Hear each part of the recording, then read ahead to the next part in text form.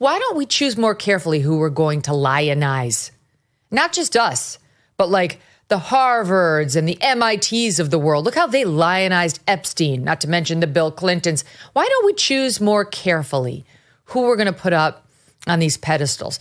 Jeffrey Epstein was lionized even after he had pleaded guilty to this act of prostitution with a 14-year-old. I mean, still, Katie Couric's going to his house for dinner. Why? Not to mention Prince Andrew. We're so obsessed with people who attain great wealth and have the trappings of it all around them. It's like some sort of magic elixir to other people, even if they're wealthy too. Like, you must know something. You must be someone. Instead of having like a healthy disdain for that and questioning, how'd you get it? I'd like to know more. If I sit next to Tom Brady at a dinner, I'm going to know exactly how he got his money, and I'm fine with that.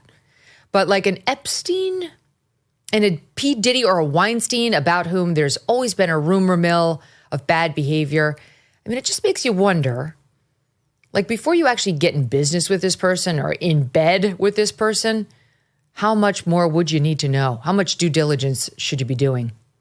And lionizing them, yeah, same rule. So Diddy, after the Cassie lawsuit, gets hit with a bunch of lawsuits, and then ultimately the raids, and then this criminal case. And the feds, Al Capone style, have not charged everything under the sun.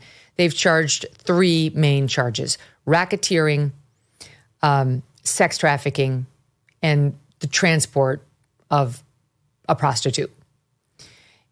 And I'll tell you, I don't know about the racketeering charge. It's pretty sweeping. And I'll tell you what the general elements are, just so you can understand. It's a lot.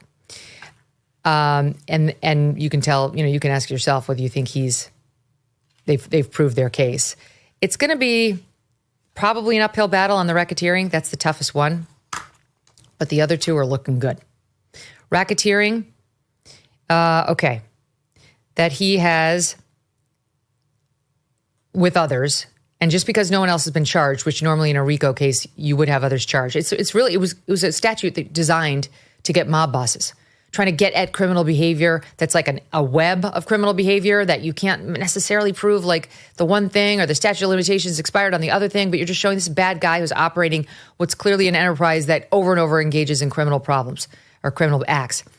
So they've used it against many non-mob bosses since it was created, and they've used it against people like Epstein, they were going to, for this kind of behavior. So what they're saying is that the defendant and others, known and unknown, being persons employed by and associated with his enterprise, engaged in a way that affects interstate commerce.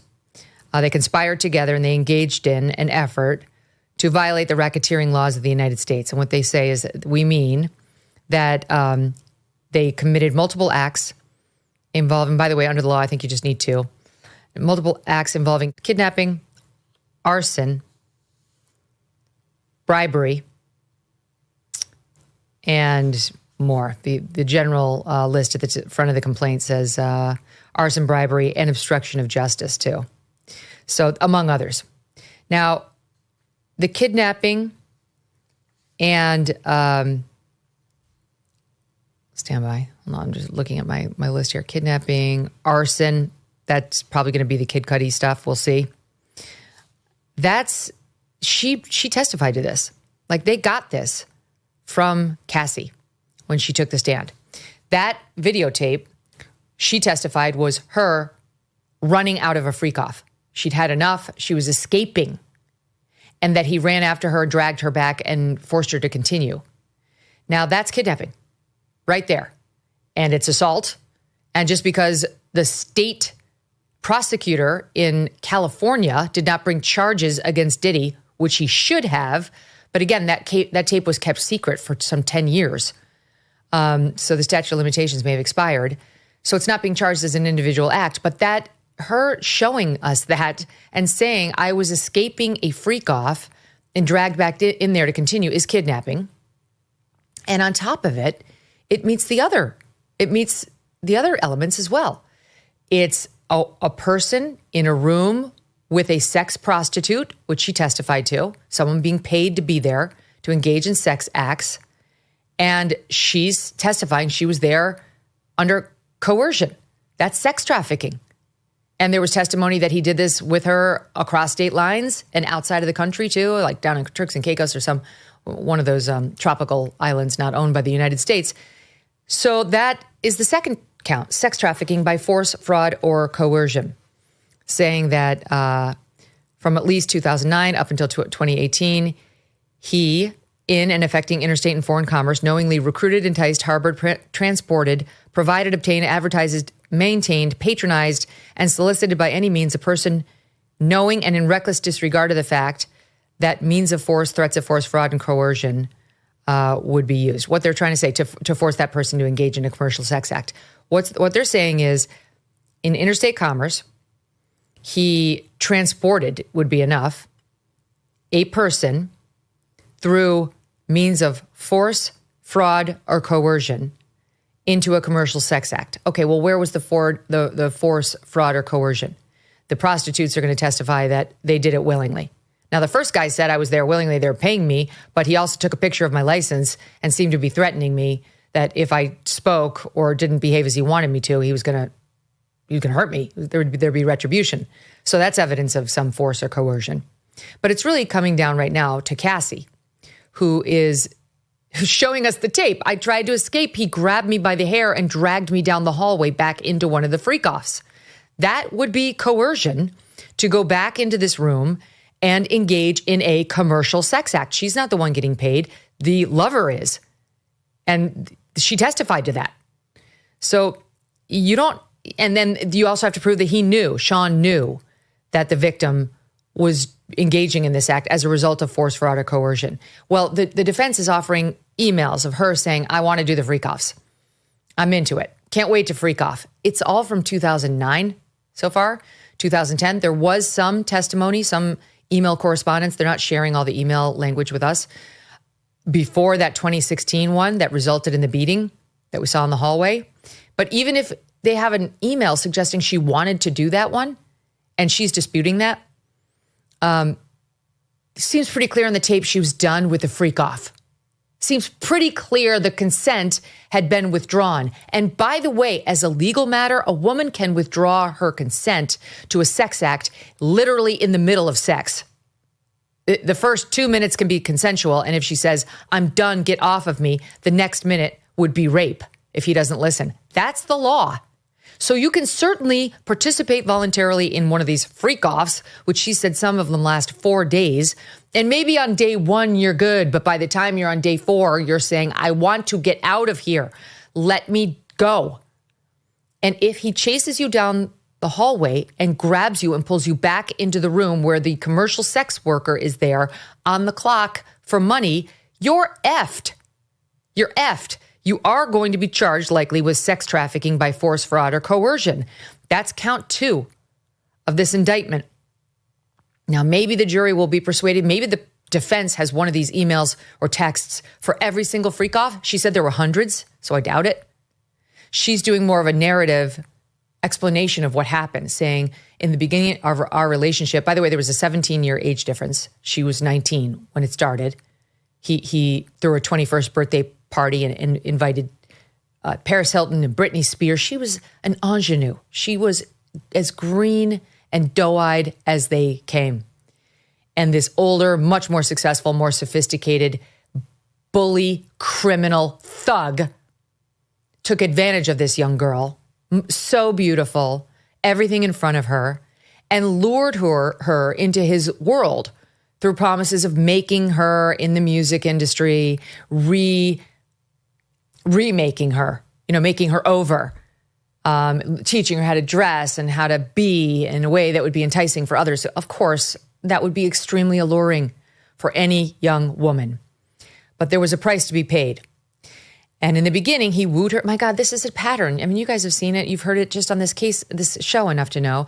It is a pattern of abusers to love bomb the women at the beginning. If those are the roles, the gender roles, men versus women, it can happen the other way. But it's this kind of abuse, domestic abuse with a love bombing, is generally men on women.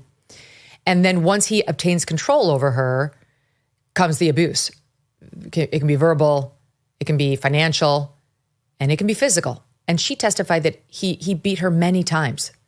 And the second witness of the case was a sex worker, not the one who was in that room for the 2016 Intercontinental Hotel incident, freak-off/beating, but a different one, a different sex worker, the one who said, I had to show my license. And he said he heard Diddy slapping her behind closed doors, that they had an argument. I think that he threw a bottle at her, and then they went behind closed doors, and he heard him slapping her, and he heard her saying, I'm sorry, I'm sorry. And then he expressed his concern directly to her. It sounds like this guy was kind of falling in love with Cassie. And he worried about her. This is this hired sex worker. But he was hired so often, he felt like he was getting to know them, and she and he would kind of side text from time to time. And he felt that she was in danger in Diddy's world. This is a third party. Again, yes, he was involved, not like the security guard. He was involved in their relationship and their freak-offs, but he's setting the stage, and the prosecution with those first two witnesses is setting the stage that this was not a purely voluntary thing, that Cassie did feel coerced and feel like she had no other choice, and understood very well that there would be a high price to pay if she did not do what he wanted. And it really doesn't matter.